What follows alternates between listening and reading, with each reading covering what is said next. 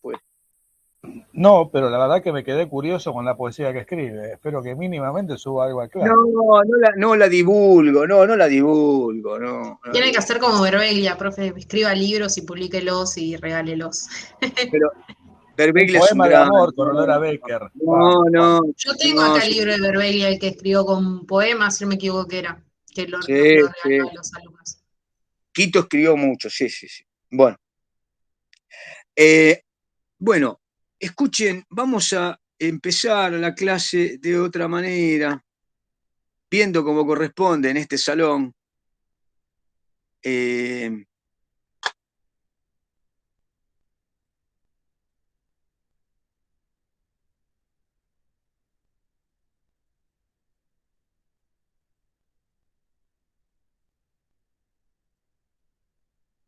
Si estás hablando, Juan, no te escuchamos, ¿eh? no, ahí estoy, ahí empieza.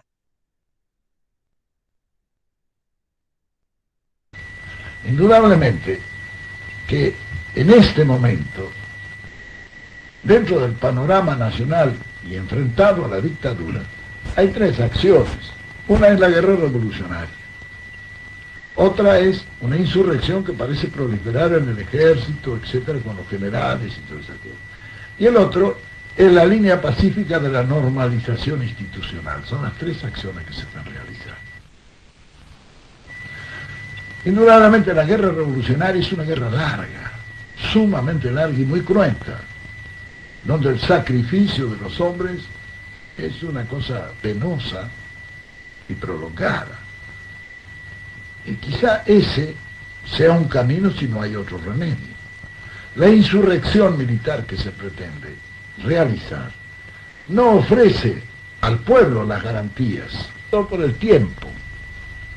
Quizá el camino mejor fuera la normalización institucional, porque es la que se puede alcanzar en menor tiempo. Ahora tiene un inconveniente, la mala intención. E indudablemente que se pretende hacer una trampa como nos han venido haciendo en los 16 años de guerra que llevamos. Porque piensen que esto son 16 años de guerra en los cuales hemos ganado nosotros 5 o 6 batallas. La última ganada es posiblemente la más decisiva. Este enemigo se siente vencido y comienza a retirarse. ¿Nosotros qué tenemos que hacer frente a un enemigo que se retira? Perseguirlo, no dejarle levantar cabeza. Es lo que hacemos en esta conducción. Pero siempre que un enemigo se siente vencido, busca la negociación, busca la mesa de negociaciones. Vean ustedes lo que está pasando en Vietnam, que es un ejemplo de la guerra regular, la guerra internacional. Muy bien, estos señores están matándose allá en Vietnam todos los días, sin embargo en París ya están en la 120 reunión de la Conferencia de la Paz. Es decir, se va a negociar, y en la negociación cada uno quiere sacar ventaja. Y algunos, como nos pasa a nosotros allá en nuestra guerra, quieren hacer trampa. Pero para que se pueda hacer trampa en una mesa de negociadores tiene que haber un tramposo, pero tiene que haber un tonto que le haga el juego, ¿no? El secreto está en que ese tonto no exista. Y que sabiendo, nosotros tenemos una larga experiencia, ¿qué ha venido pasando en el país durante la mesa de negociaciones? Donde no debe haber un tonto, ¿eh? Empecemos por ahí. Otro sector está en la acción política persiguiendo, diremos, incruentamente a ese enemigo, con medidas, con acciones. Si nosotros no hubiéramos hecho la hora del pueblo, ¿qué ocurriría? Que los partidos políticos podrían hacer causa común con la dictadura. Y sería un sector de debilidad para nosotros. El otro sector es el encuentro de los argentinos, que ese está firme, luchando, etc.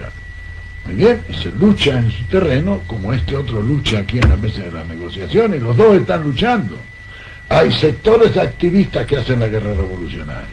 Ellos están luchando a su manera, pero todos están luchando por un mismo objetivo.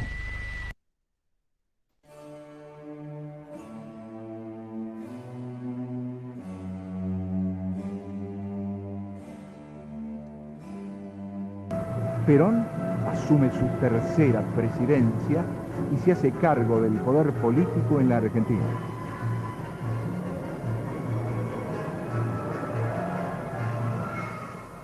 La respuesta de la subversión no se hace esperar. Un hombre del íntimo entorno del general Perón es asesinado. José Ignacio Rucci, secretario general de la CGT, es acribillado a balazos en el barrio de Flores. 10 terroristas se tirotearon con los custodios, haciéndose más de 100 disparos. La subversión no tenía intenciones de retirarse del escenario y no cejaría en sus intentos por tomar las riendas del país a sangre y fuego.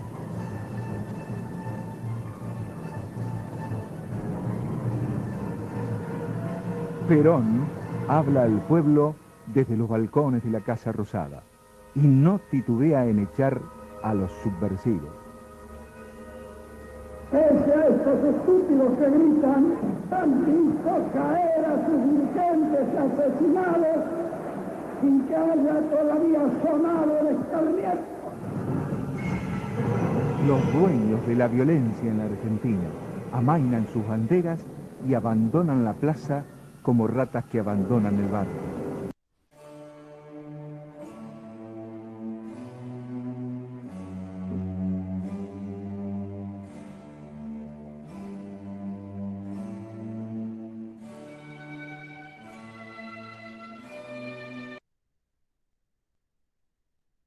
Espérenme un minutito antes de que pasemos a charlar.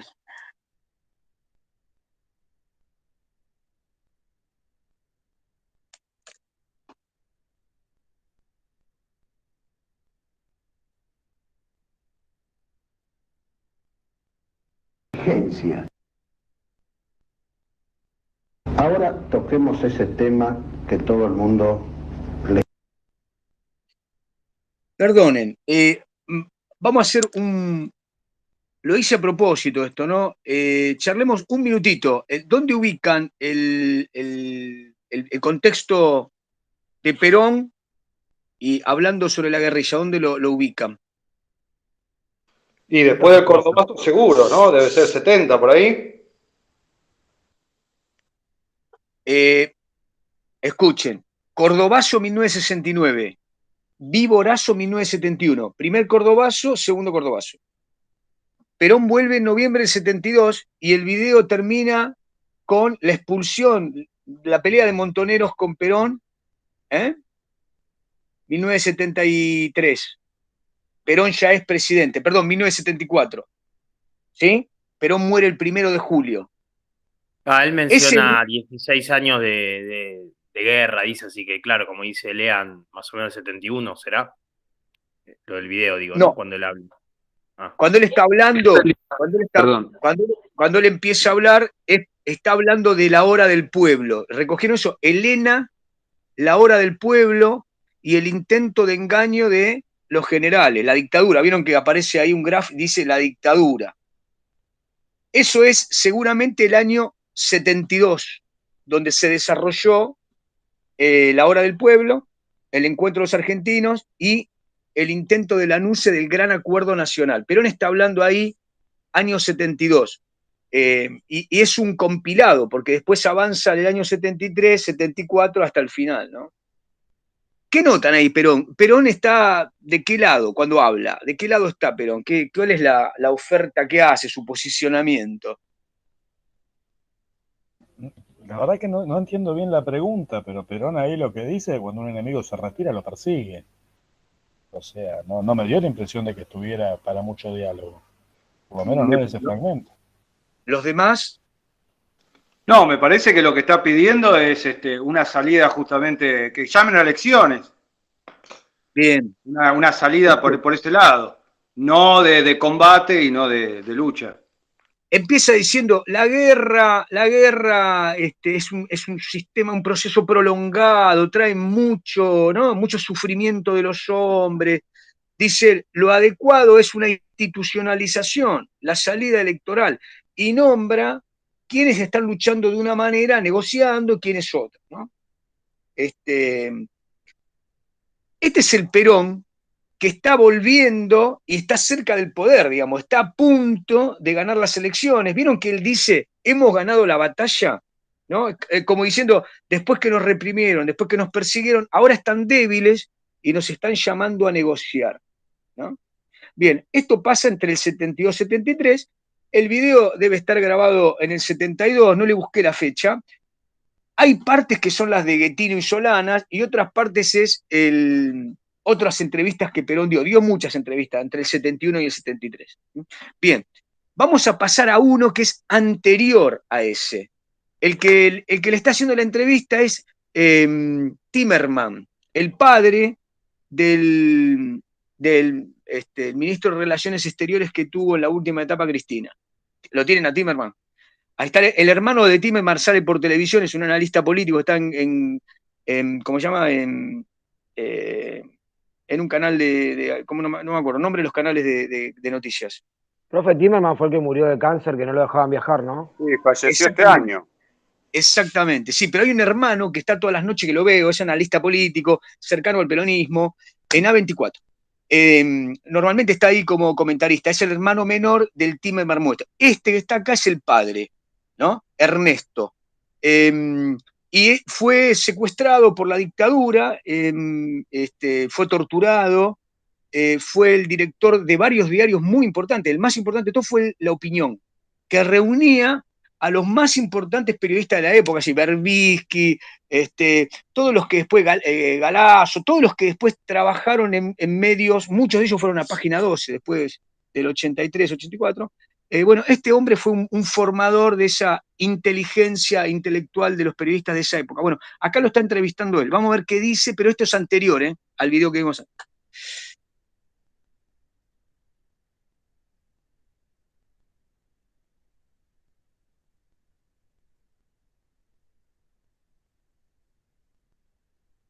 Le escabulle un poco. La juventud. ¿Por qué le digo esto, general? Porque usted ha incorporado en el año 45 a la clase trabajadora a la vida política activa. La clase trabajadora no actuaba políticamente en forma activa. Actuaba a través de dos CGTs. Una era radical y la otra comunista. Incluso me llama la atención a veces que dicen que esta CGT, ¿por qué actúa en política? Pienso que actúa en política porque todas las CGT del mundo lo han hecho y han actuado en política. Claro, porque tiene que tener su política, ¿por qué no la va a tener? Luego, usted ha incorporado a la mujer a la vida política argentina. Es indispensable. Y ahora ha incorporado a la juventud a la vida política argentina. Exacto. Quería precisamente hablar de la juventud. Perfecto. Encantado. Vea, nosotros en 1945 chocamos evidentemente con una juventud que no nos era favorable. Ya lo creo que no. Porque yo era uno de ellos. Exacto. Sobre todo la juventud universitaria, porque estaba en otras direcciones. No la juventud popularmente obrera, que esa fue la que hizo el 17 de octubre. Porque aquí, cuando se habla de juventud, hay que hablar de todas las juventudes que hay, porque las juventudes imperceptiblemente están organizadas en sectores. Cada sindicato tiene su sector juvenil. Y la Confederación General del Trabajo, en el desfile que hemos visto, y son todos jóvenes. Usted ve que viejo por casualidad vi alguno. Eran todos jóvenes. De manera que, es decir, que el país está comenzando a mover por lo más noble que tiene, que es su futuro, es la juventud. Indudablemente que esto ha venido con el tiempo, no solamente porque Dios es grande y misericordioso, sino porque el trabajo político realizado por nosotros ha comenzado a dar sus frutos. Ese que ayer era el privilegiado, el único privilegiado, hoy es el revolucionario. ¿Quiénes soy? Y que algunos de ellos... Hace 5 años yo llamé a los que entonces estaban como dirigentes de la juventud. Y les dije, vean muchachos, yo he analizado profundamente la situación de ustedes. Ustedes están en el movimiento peronista, eran todos del movimiento peronista, pero están en el partido político peronista. Partido político que ya a la medida de ustedes no les va a servir.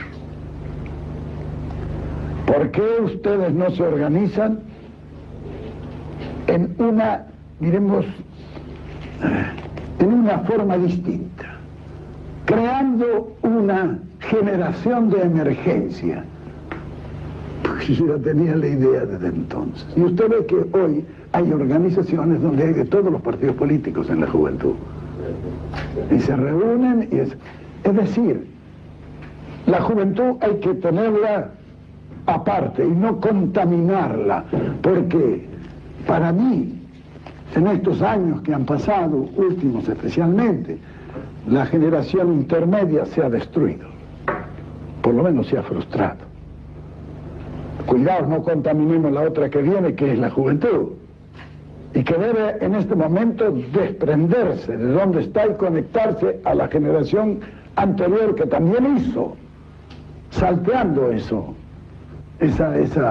utilizando naturalmente todo lo que sea utilizable de esa generación, no es por qué, pero no es muy fructífera en ese sentido. Y los muchachos son los que han de realizar, es decir, no el trasvasamiento generacional de un partido político que no tiene ninguna importancia, el trasvasamiento generacional de la nación argentina, del país. Piense como piense, sienta como sienta el muchacho, que no hay que cortarle las alas, hay que darle alas, ya el tiempo se encargará de irle cortando las alas. Es decir, que la juventud en este momento juega un papel de reserva para una estrategia inmediata. Claro, y que hay que irlo utilizando. Claro que los muchachos se han exacerbado un poco por eso que decía Chou En-lai. La juventud es maravillosa, pero no hay que decírselo, Dios me libre si se lo decimos todos los días. No, complementando lo que decía Villarro, simplemente. Todavía no es el turno de actuar de la juventud de Todavía no, porque el país está en un estado de destrucción. No le entreguemos una cuestión destruida, nosotros que algo podemos hacer, entregarle algo mejor que el que le entregamos, ¿no? Hay hemos dicho un gobierno de emergencia que durará 3 años. De acá a 3 años los muchachos tendrán ya la manija. Esa es una respuesta partiendo de la base muy importante. ¿Puede repetirlo, general? Claro. Sí. De acá a 3 años hay que ir haciendo uno de los muchachos. Exacto. Pero lo curioso es que los muchachos aceptan esta espera únicamente si usted se lo dice. Ah, sí, sí. Nadie más. Además tiene que... Yo todavía no... Solo en diálogo con usted. Sí, todavía no he hablado con ellos, porque he estado esperando una decantación natural, porque tampoco quiero que se transforme el movimiento juvenil en unos cuantos caudillos que giren a un montón de muchachos que no tienen nada que ver ni querer con él. Yo quiero que la juventud que se organice sea con sus representantes fehacientemente juveniles, y que no se utilice el comprarse a algunos chicos que, pobrecitos, han utilizado como medio de vida el estar con un dirigente sindical que le da unos pesos o un dirigente político que le ayuda a vivir. No, eso hay que eliminar eso. Eso ya en la juventud está casi eliminado. Está casi eliminado. Falta lo que decíamos recién, que usted se lo explique. Es natural y yo se lo voy a explicar en su momento. Porque usted sabrá, general, que mucha gente joven, al votar al frente el 11 de marzo, votó por una revolución. Todos votamos por una revolución, pero la revolución hay que hacerla. Y la revolución no se puede hacer a la tremenda y tirando un viejo por la ventana todos los días. No, vamos. Una breve pausa ahora por razones técnicas. En estos minutos continuamos este diálogo. En un momento continuamos entonces en este diálogo con el Teniente General Juan Domingo Perón.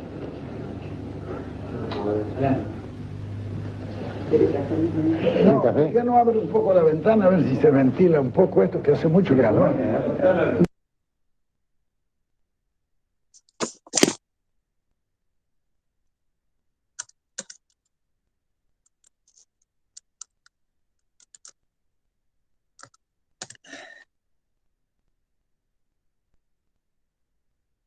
Espérenme un minutito que lo quiero complementar si lo encuentro, porque hay tantos videos, pero hay uno en particular.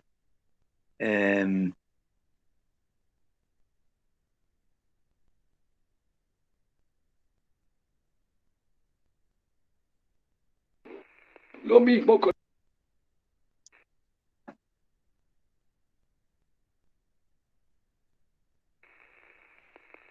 Podemos empezar a filmar, por favor. Ya está el cartelito ese que dice, Perón les habla a los jóvenes del futuro. ¿Sí? Ok.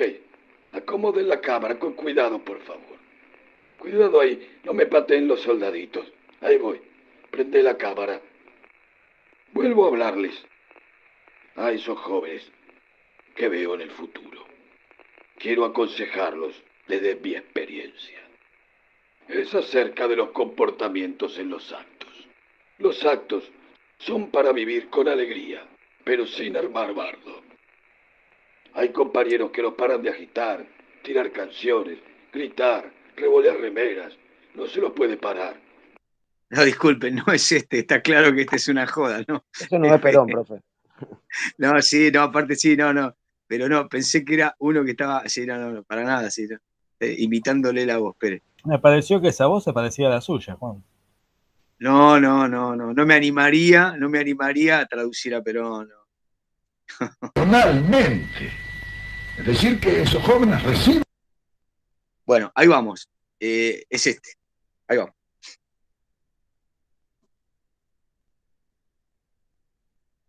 General, usted liga el proyecto orgánico al trasvasamiento generacional. ¿También está ligado para la etapa esta que usted denomina que se abre socialista, la reactualización doctrinaria? Natural.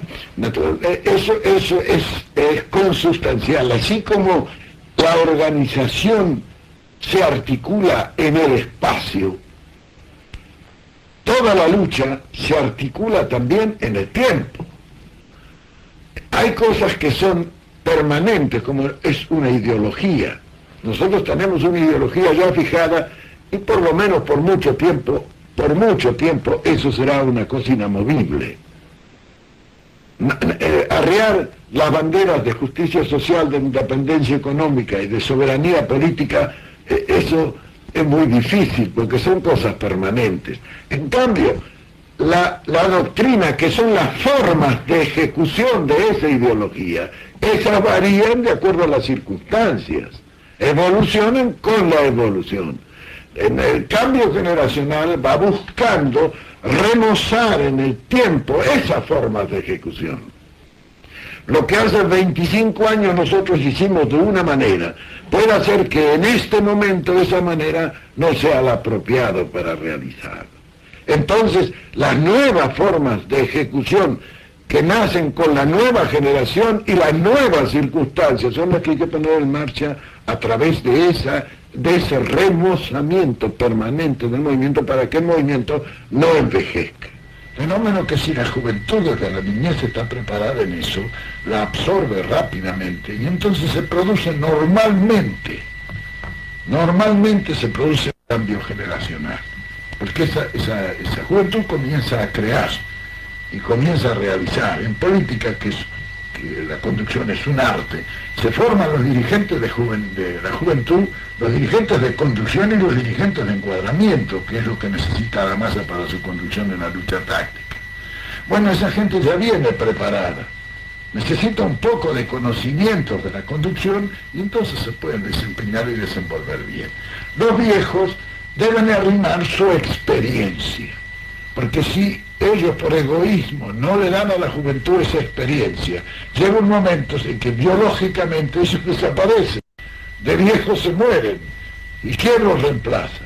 De manera que ese egoísmo es sumamente negativo para la acción de continuidad en la revolución. Por eso en este momento nosotros, los viejos, tenemos que pasar a nuestros jóvenes esa experiencia, porque a ellos les va a servir. Porque cuando llegamos a viejos sabemos mucho, pero ya no nos sirve para nada. Hay que pasárselo a los que les puedan servir. Entonces, ese es el trasvasamiento generacional de que nosotros hablamos. Que es la manera, sería, de continuar el proceso de conducción a través de natural. La organización de cuadros. Es claro, es prolongarse y proyectarse al futuro. Y proyectarse racionalmente. Es decir, que esos jóvenes reciban una experiencia que ellos no tienen. Ellos siempre piensan y titubean por falta de experiencia. Yo siempre les digo que que le metan nomás, porque peor que nosotros los viejos no lo van a hacer, vea el mundo que les dejamos. Por macanas que hagan, peor que lo que lo hemos hecho nosotros no lo van a hacer. Entonces, eso hay que darle ese slancio, como dicen los italianos, a la juventud, para que vaya adelante, que haga. Se van a equivocar, sí, bueno, pero nosotros también nos hemos equivocado en muchas cosas. Lo importante es que sepan bien dónde hay que navegar, ¿sí? Poner el punto hacia los grandes objetivos y preparar todo hacia esos grandes objetivos. Si eso se hace, el futuro está asegurado. El hecho de que en este momento el peronismo sea más fuerte que antes, está indicando que el movimiento peronista es un movimiento del futuro. Y es un movimiento del futuro porque hace 25 años la primera generación, que ya en cierta medida ha sucumbido en un 80% dentro del movimiento, ha hecho su trabajo, pero hay otros que han recibido eso, ustedes, la gente que está ahora empuñando de a poco el bastón de mariscal que cada peronista lleva en su mochila. Los investigadores encontraron que los hombres mayores de 40. Bien. ¿Qué les pareció estos dos que vimos ahora? Yo pienso que qué interesante sería este momento con el texto de Rouquier de un siglo de peronismo. A ver, contame. No, que un poco esta idea de la genética hereditaria, ¿no? Y acá Perón lo explica bien como este tipo de doctrina de estar preparando siempre a la juventud, bueno, siempre con esa visión tan avanzada por ahí de Perón, de pensar que esta era la forma de que una ideología, que un movimiento no se termine. ¿Vos le querés todo a Perón ahí? Y todo te vende. No, estamos haciendo un análisis. Esto es un documento. Es un documento. Perón está hablando, una entrevista, es un documento. Bueno, pero sí, pero no por nada también se ocupan siempre de los niños, ¿no? Que se ocupan los niños, ¿no? Los privilegiados, pero también tiene que ver con una cuestión de educación hacia los niños, pensando en esa juventud el día de mañana, y después se enfoca en esa juventud del día de mañana para los adultos. Digo, me parece que es casi hasta un plan. Bien. Esto fue algunos años, unos cuantos años menos. Este sí es el de Solana Siguetino. Esto sí es 71. Puede ser 70, fines de 70, 71. Porque se fue haciendo y después se editó en 71. Bueno, ¿quién? Alexis. ¿No es el 73? ¿Cómo? Timerman con Villarroel, ¿no fue en el año 73? Sí, ese es el de 73. Este último es 71. No, a ver, yo le digo la verdad, ¿no? Más allá de todo, escucho ese video y me parece que no se condice con la realidad, no se condice con lo que pasó, y me recuerda, no sé cuál era el texto ahora, que hablaba de Perón como demagogo, que le decía a la gente lo que quería escuchar. No le creo nada a Pocho en ese video. Nada. Escuchen, la pregunta no es si le creen o no. No, es un documento. ¿Qué es lo que está manifestando? Obviamente ustedes lo van a poner en el contexto de lo que ya saben, de lo que hemos dicho, lo que han leído. Pero ¿qué es lo que está diciendo Perón? ¿Qué intereses manifiesta, no? No, bueno, a ver, él manifiesta como un interés en principio de que el movimiento, de que uno pensaría que lo que está haciendo es refundando una idea de país a partir de eso, de esa doctrina peronista, y que la gente inevitablemente va a terminar ascribiendo a esa doctrina porque es la mejor para el país, y obviamente el movimiento lo va a trascender. Me parece eso. Creo que pocas personas podrían llegar a sostener que la doctrina en sí misma, más allá de la palabra doctrina, está mal. No me parece que esté mal, pero me parece que lo postula, ya le digo, desde un lugar que no solamente no hizo, porque no me parece que haya tenido esa acción con la juventud en principio, sino que, qué sé yo, siempre lo había Perón en ese sentido en un papel de, en un papel docente. Él era el único que sabía lo que había que hacer. Era el único. O sea, ¿qué más quisiéramos que darle el gobierno a gente capacitada, si lo hubiera, a mis ojos? No les hay. Bien. Daniel, que levantaste la mano.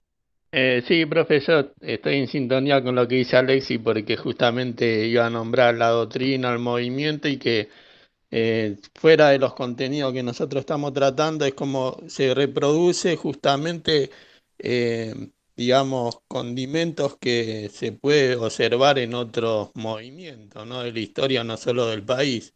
Si tomamos el nazismo, el discurso que también hace justamente esa doctrina. En ese sentido, apoyo secuencio lo que dice Alexi.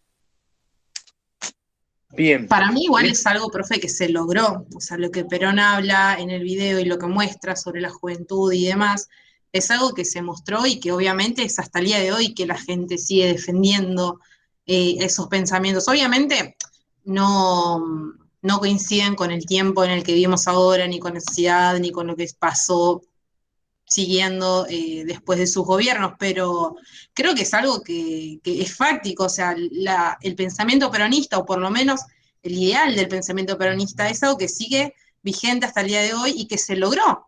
O sea, lograron, bueno, no sé si Perón exactamente, pero tampoco era solamente para un modelo de país, era para un pensamiento de personas, para un pensamiento político, algo que sea en el día a día. Creo que también un poco eso se humanizó. La vez pasada leía un texto de Viturro que nos recomendó y mostraban eso, como también la propaganda que Perón tenía hacía que se humanice, y creo que es ahí donde empieza a entrar en la juventud, y es ahí donde también la juventud va pasando de generación en generación el pensamiento, o por lo menos la idea que se tenía del pensamiento peronista, ¿no? Obviamente sabemos que no todos los pensamientos peronistas iban acorde a la idea que quería Perón, pero creo que se logra lo que él dice.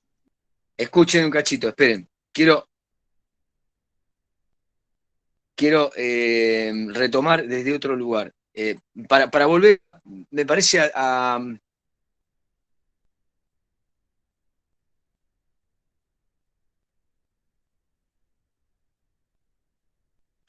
volvamos acá.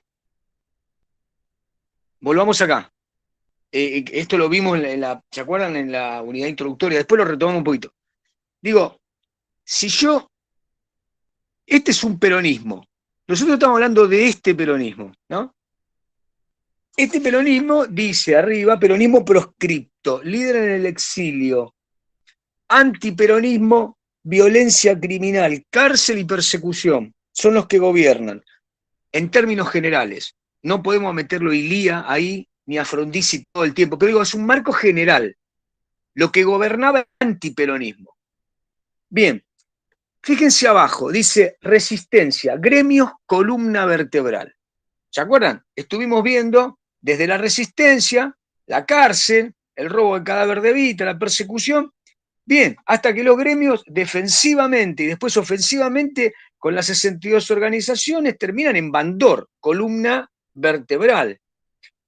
Se genera ahí un poder negociador, un poder que obtura el capitalismo, que golpea, que negocia, huelga, sabotaje.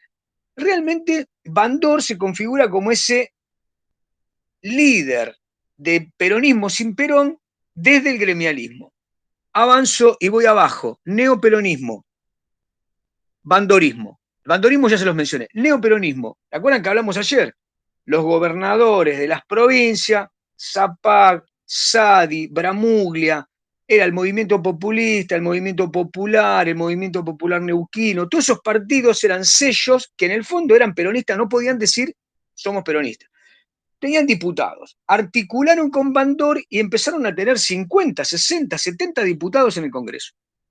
Bien, pero por abajo, fíjense, ya estoy nombrando 3 peronismos y le agrego 1. Organizaciones armadas peronistas, que terminan acá, fíjense, en montoneros, ¿no? Montoneros hasta el año 78 aproximadamente. Pero estos montoneros, fíjense, disputan el poder en forma muy cruel, bélica, diría yo, lo que dice Maristela Svampa, peronistas versus peronistas, con la AAA, Alianza Anticomunista Argentina, fundada por López Rega y validada por Perón. ¿Qué año? 73, a la muerte de Perón, pero después continuó en forma sanguinaria, 74, 75, se cargó miles de personas, por lo menos 1000 personas se cargó. Bien, y en este periodo está gobernando el peronismo. ¿Qué peronismo está gobernando? Cámpora, ¿sí? Después un pequeño receso mínimo de un fantoche, el yerno de Cámpora, y después Perón, y después su viuda. Entonces, lo que digo, estos videos que yo le estoy poniendo, es Perón, miren, Perón acá, acá, un video acá, otro video acá, y otro video acá, antes de tomar el poder. Perdón, cuando decís acá, ¿significa que estás mostrando algo? Porque yo no visualizo nada. ¿No ves el cursor? ¿No ves el cursor? No. No. Bueno, mi tecnología es terrible. Bueno, no vamos. A ver, para que se ubiquen, vamos a darle referencia. Donde ustedes ven organizaciones armadas, van arriba, el cambio de este periodo, el periodo donde dice peronismo proscripto, termina el 17 de noviembre del 72 al 25 de marzo del 73. Sería una banda, un periodo en donde Perón vuelve hasta que se ganan las elecciones. Pero ahí estaríamos pasando del periodo del peronismo proscripto a la vuelta de Perón. Año 72, fin del 72, marzo del 73. ¿Vieron que en un video se habla del 11 de marzo del 73? Le preguntan a los periodistas el 11 de marzo. Bien, Perón vuelve al poder después del asesinato de Rucci en septiembre, y Perón es reelecto un día antes y asume el 12 de octubre del 73. Esto es muy alucinante porque pasan meses. Ahora, ese Perón es un poquito antes, es decir, el 71, después en el 73 y después un poquito más avanzado en el 73. Es ese Perón. Entonces, lo que hice primero fue mostrarles el último video, el video donde Perón expulsa y a los jóvenes le dice imberbes, que han visto caer a sus líderes. Y los dos primeros videos, yo quiero que ustedes no me hablen del peronismo en todo. ¿A qué conclusión llegamos al principio de año? Que el peronismo era muy complejo, que no sabemos lo que es, que vamos a tener que seguir estudiando todo el tiempo y tenemos que tratar, después de leer mucho, de descubrir sus nervios, ¿no? Sus nervios, sus continuidades, sus discontinuidades. Ahora, este Perón no es el Perón del 43 al 55, que hemos visto algunos videos. No es ese Perón. Tiene 20 años más. Entonces yo lo que quiero que me digan, ¿qué concepto aparece en esos videos de Perón y la juventud? Cuando hablo de la juventud, el video dice Perón y la juventud política. ¿Qué concepto? Habla sí. de la juventud como una estrategia política, como el futuro, y le pide a los más viejos, digamos, del peronismo, que les den la oportunidad, no al egoísmo, le decía, que le den su experiencia. ¿Hay algún concepto pero ustedes nombraron el concepto de dogma? Repite las tres verdades, ¿no? Los tres principios peronistas, soberanía, ¿no? El político, económico, pero justicia social. Pero además de eso, ¿qué dice el peronismo? ¿Estamos haciendo qué? Dice, repite revolución. Dice, nuestra revolución lleva 16 años en las cuales hubo batallas, ¿no? Siempre el léxico de Perón, el léxico político es un léxico militar, ¿vieron? Táctica, estrategia, encuadramiento. Ahora, ¿cuál es el concepto? Si ustedes le tienen que poner un título de Perón y los jóvenes peronistas entre el 71 y el 73, ¿cómo llama ese proceso del movimiento Perón?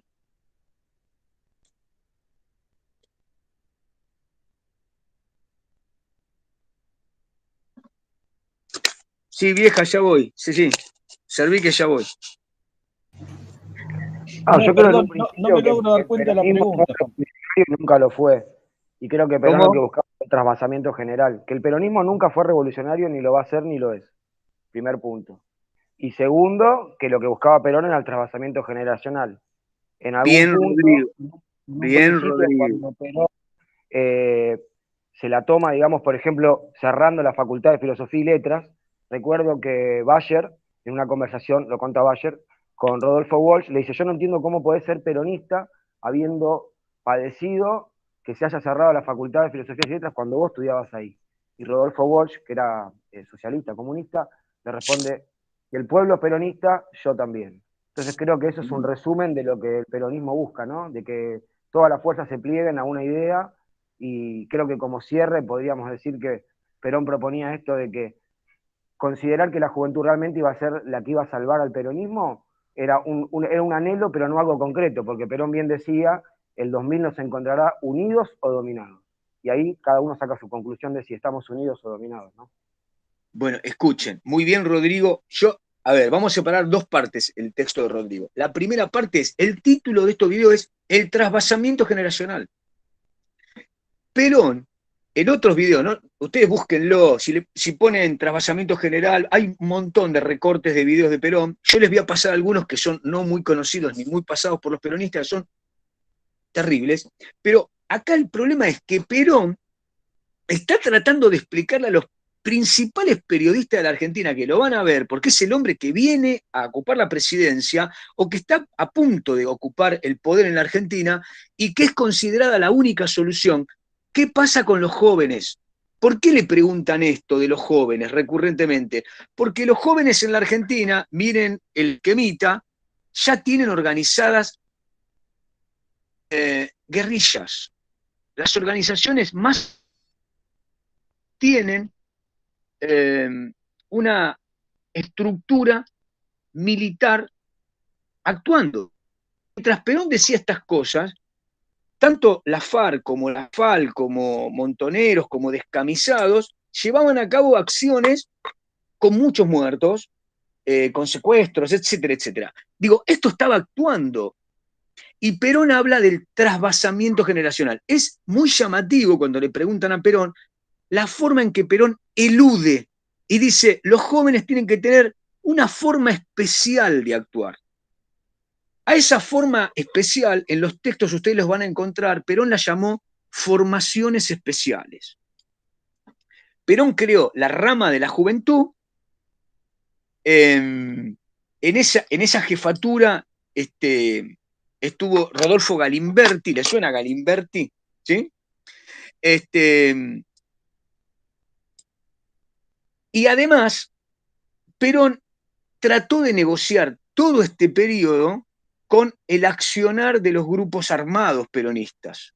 Pero en estas secuencias, como iban a ser pasadas por la televisión para el gran público, Perón se cuida claramente de hablar de términos como organizaciones guerrilleras, armadas. Creo que en el único circuito donde Perón habla de lo terrible que es la insurgencia por el sufrimiento de los hombres. Yo les diría, guardemos este Perón, digamos, que está dialogando y tratando de encuadrar el proceso que es el periodo final. Yo les mostré un poquito el periodo final para poder entender hacia dónde vamos a ir caminando con las explicaciones de un ratito de hoy y de la próxima semana, ¿no? ¿Está? ¿Qué más? ¿Alguna pregunta? ¿Algo que les pareció raro? Ahí aparece la palabra revolución. Perón sigue hablando de estamos haciendo la revolución. Esto era claramente algo que estaba en el vocabulario de Perón. Pero para Perón, la revolución era la que había hecho en el 43. Era una revolución anticomunista y una revolución antiliberal. El problema es que los jóvenes, como vamos a ver a partir de ahora, y el miércoles próximo, los jóvenes habían marxistizado el peronismo. Habían hibridado, articulado los conceptos de liberación nacional del peronismo, los conceptos de revolución social, de justicia social, con un proceso de camino y base hacia el socialismo nacional. El socialismo nacional que propalaba, por ejemplo, la JP, la FAP y después Montoneros, tenía una cantidad de propuestas, una programática que Perón no menciona nunca. Por ejemplo, creo que en uno de los videos dice, bueno, a veces la juventud se exacerba, dice Perón, ¿no? ¿Y qué hay que hacer? Dice, no, bueno, no hay que decírselo porque si no la juventud se la cree, sale con una humorada. Esto me parece que contrasta bastante con ese Perón enardecido que les dice imberbes y los echa de la plaza. Ese es el escenario final, la ruptura de Montoneros y la JP, la tendencia con el gobierno de Perón, que va a durar muy poquito tiempo más, ¿no? Eso fue el 1 de mayo, después Perón hace un discurso, el último, el 12 de junio, donde prácticamente se lo ve muy, muy, muy cansado, ofrece su renuncia y finalmente fallece el 1 de julio del 74. Bien, entonces, hasta acá, ¿preguntas? ¿Algún comentario? Bueno, vamos a, estos minutos que nos quedan, vamos a avanzar.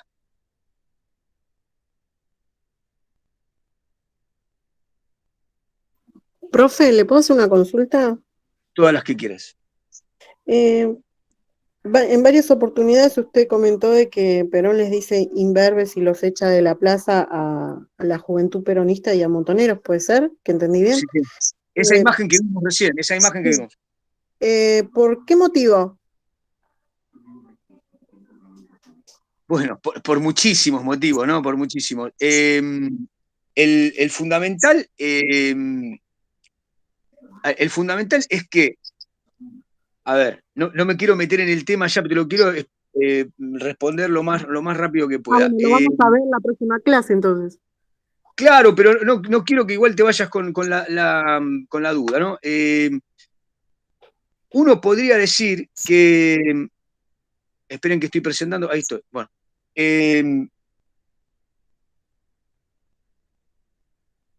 Se ve, no sé, no lo comparte, ¿no? ¿Qué pasa? No, todavía no. Ahora sí. Ahora sí, ¿no? Bien. Bueno,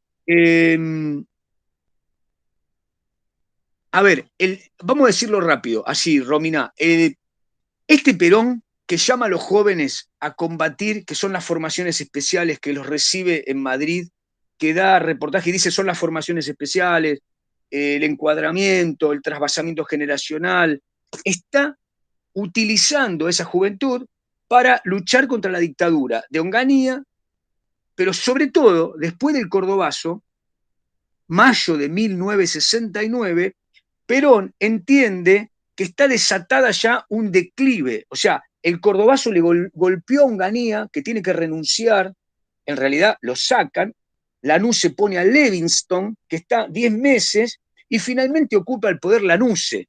Cuando Lanusse ocupa el poder, Lanusse entiende que para parar a los jóvenes que están desatando esta acción guerrillera subversiva, lo único que puede hacer el país es un gran acuerdo nacional. Entonces, Lanusse propone el gran acuerdo nacional. ¿Y Perón cómo le responde? Con otro acuerdo que se llama la hora del pueblo.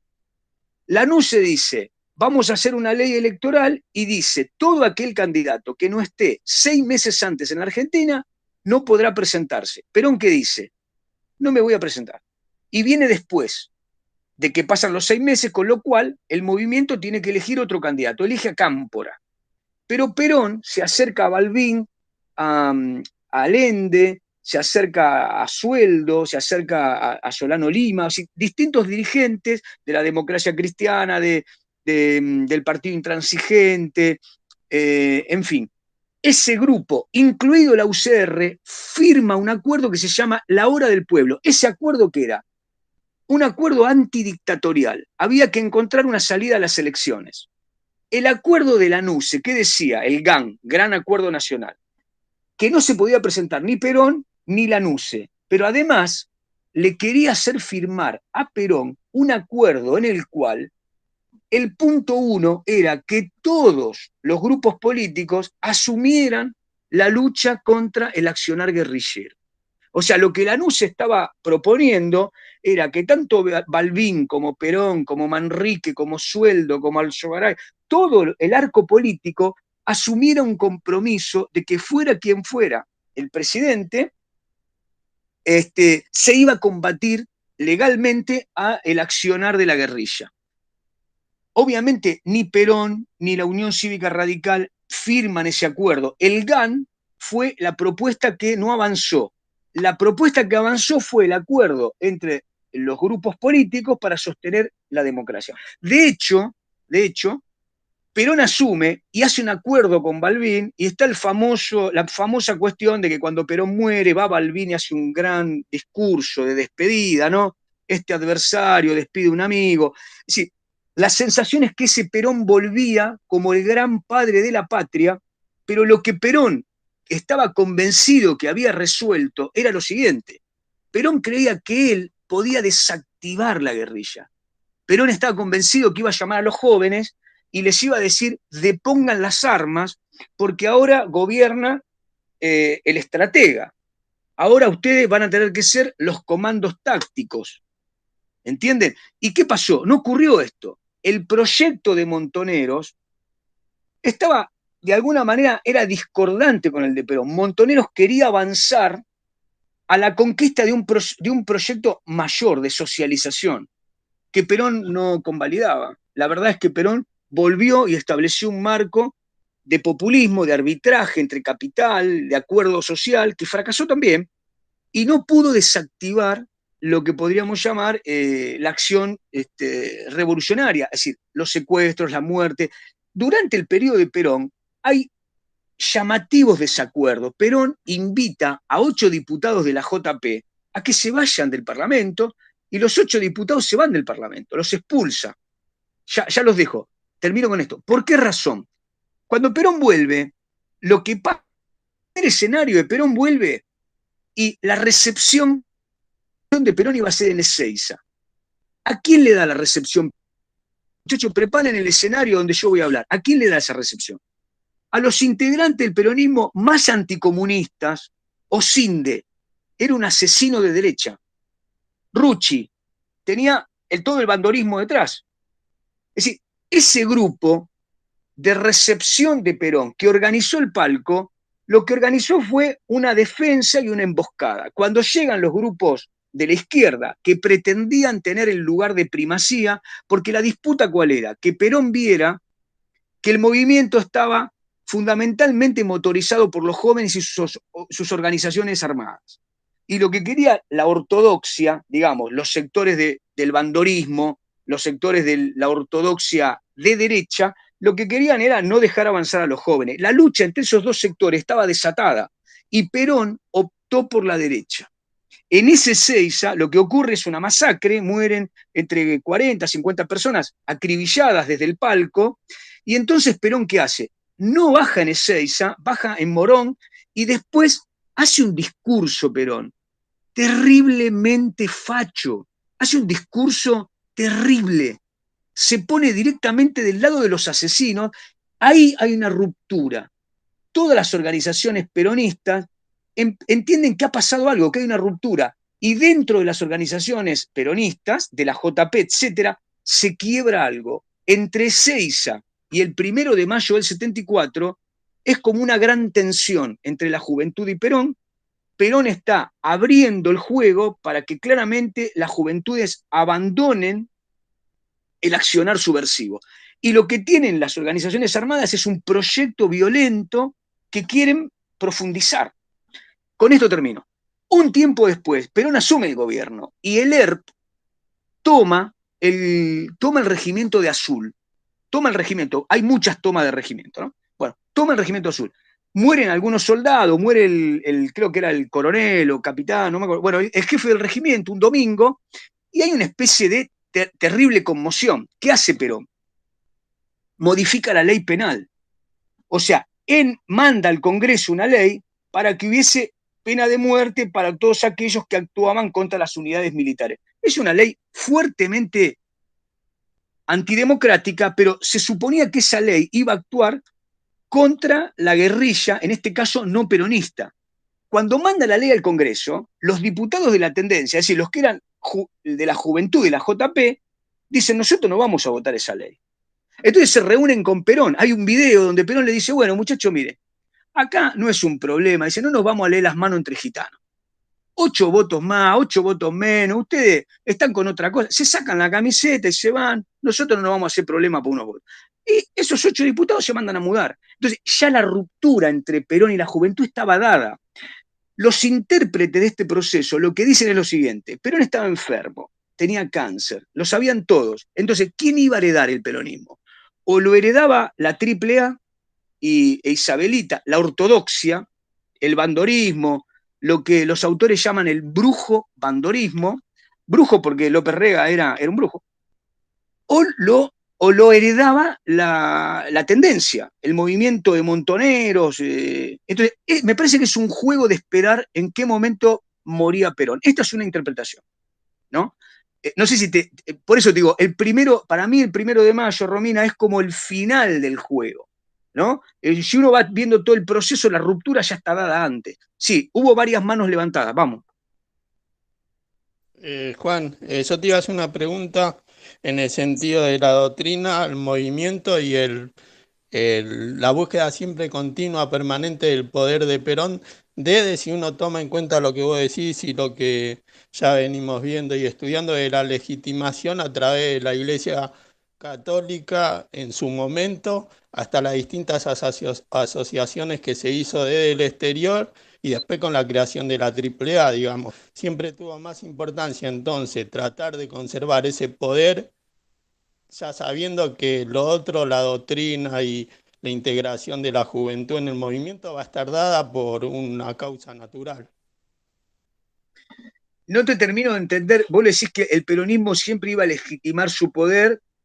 No, en el sentido de Perón, ¿qué es lo que más le importaba? Él pareciera como que si fuera esta personalidad estratégica que tiene, está acompañada siempre de intentar conservar o imponerse en el poder, haciendo uso de los resortes o los elementos que encontraba para llegar a hacerlo.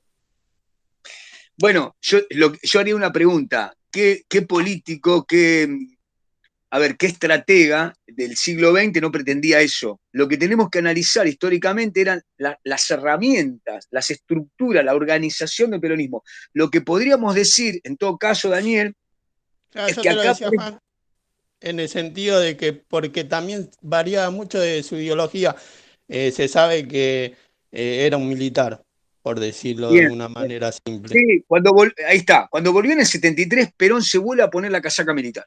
Pero en estas conversaciones, Perón es un hombre afable, democrático, un estratega. Se le escapan esos términos del castrense, pero es un hombre político en el mejor sentido, un estratega. Lo que digo es, las preguntas de este periodo es, ¿en qué medida eran realmente honestas y en qué medida tenemos que medir los movimientos de Perón hacia la organización juvenil?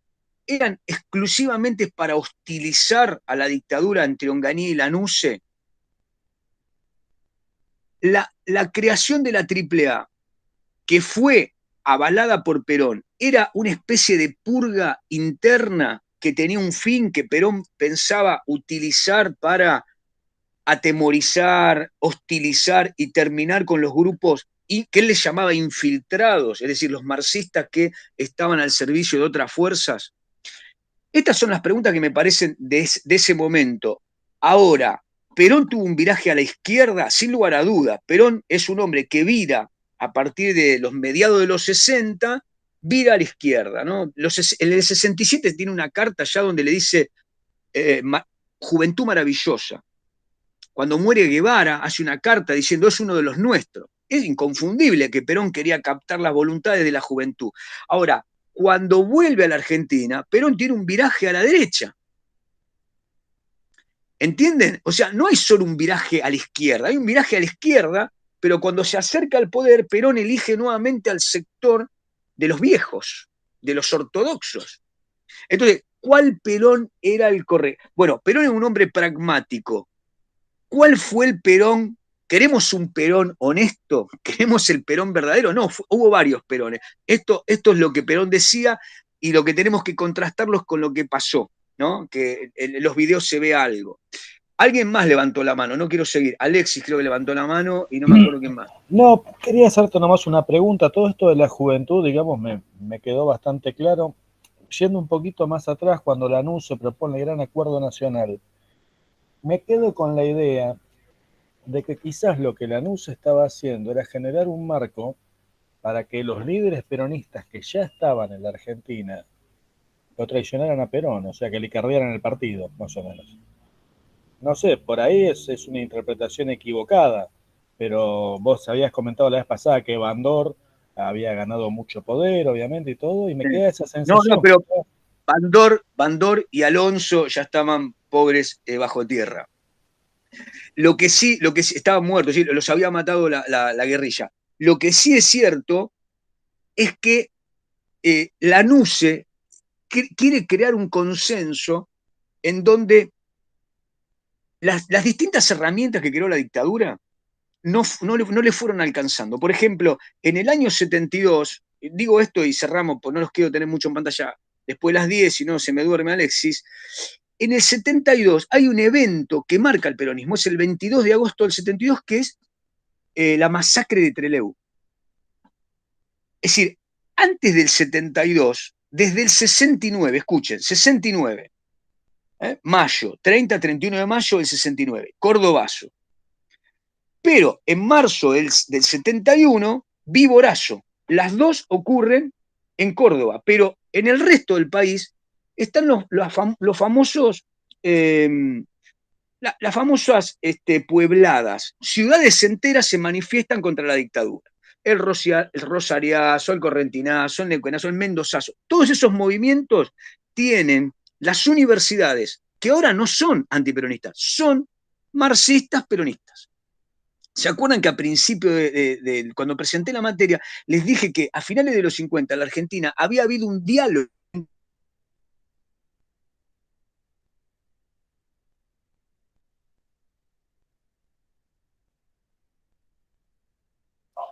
No se escucha, ¿no? Alrededor de la acción social y apoyaban algunas acciones de las organizaciones armadas.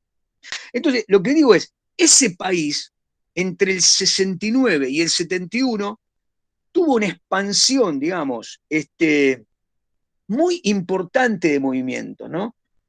Todos esos movimientos terminaban con asesinatos o con acciones militares, y lo que hizo la NUCE fue crear el famoso Camarón. Era una cámara judicial que juzgaba solamente los actos del terrorismo. Fueron en cana miles. ¿Qué pasó? En la cárcel, los mandaron a la cárcel de Chubut, ¿no? Una cárcel que está en el medio del desierto. Bueno, en la cárcel, Almirante Sar,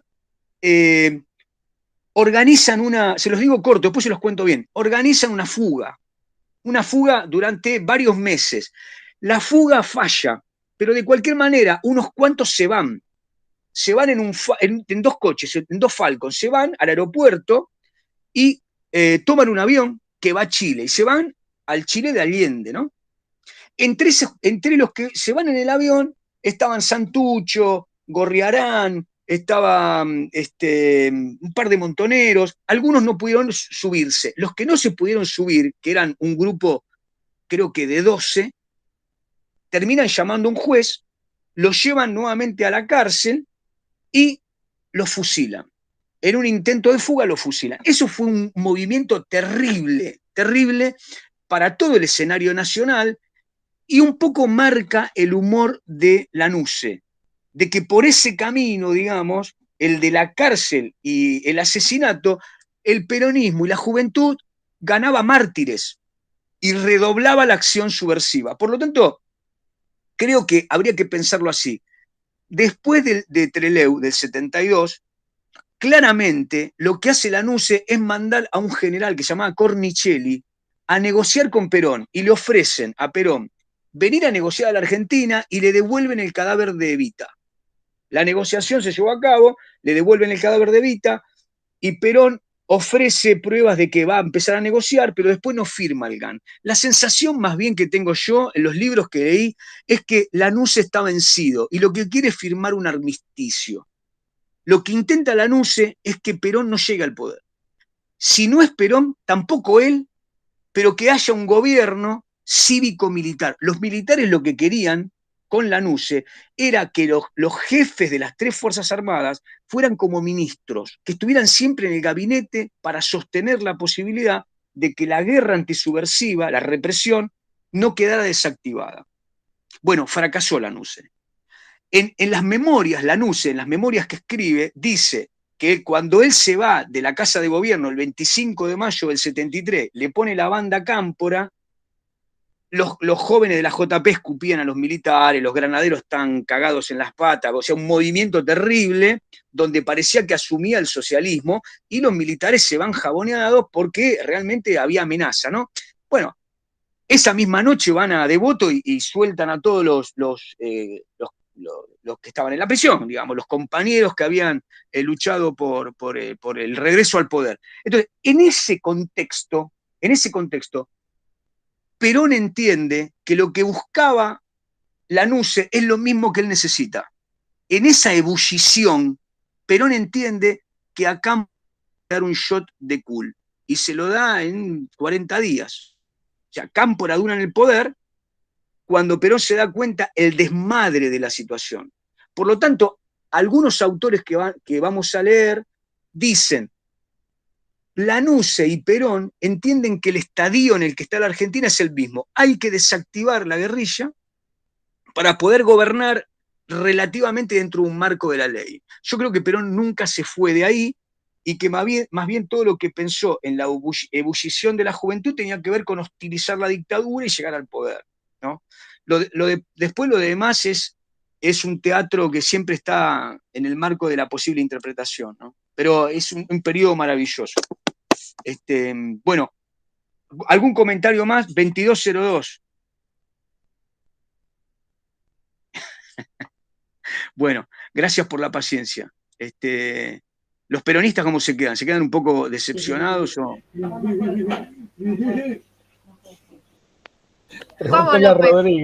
¿Cómo los peronistas? ¿Usted no es peronista también, dijo? ¿Por qué? Sí, no, todos somos peronistas, pero hay peronistas más militantes. Ustedes son más militantes que yo. Bueno, gente, les mando un abrazo. Descansen. Chao, Juan. Saludos, profe. Nos vemos. Gracias.